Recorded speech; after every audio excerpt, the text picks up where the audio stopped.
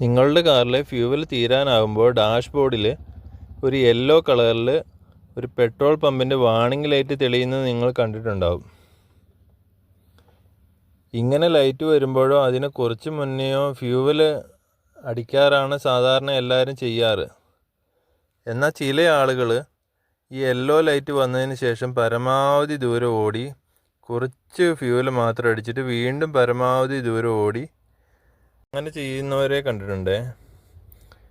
ഇങ്ങനെയുള്ളവരെ ഉദ്ദേശിച്ചാണ് ഈ വീഡിയോ.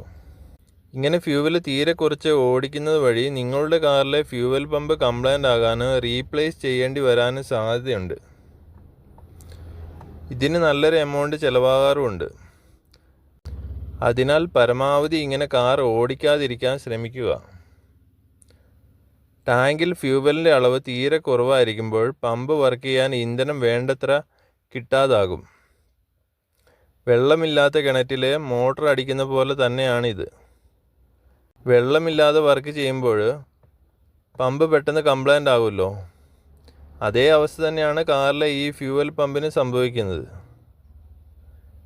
സിമ്പിളായിട്ട് പറഞ്ഞാൽ ഏത് കാറാണെങ്കിലും മിനിമം ഒരു 1000 അല്ലെങ്കിൽ ഒരു 1500 രൂപയുടെ ഫ്യൂവൽ എപ്പോഴും ടാങ്കിൽ നിലനിർത്തി ഓടിക്കാൻ ശ്രമിക്കുക.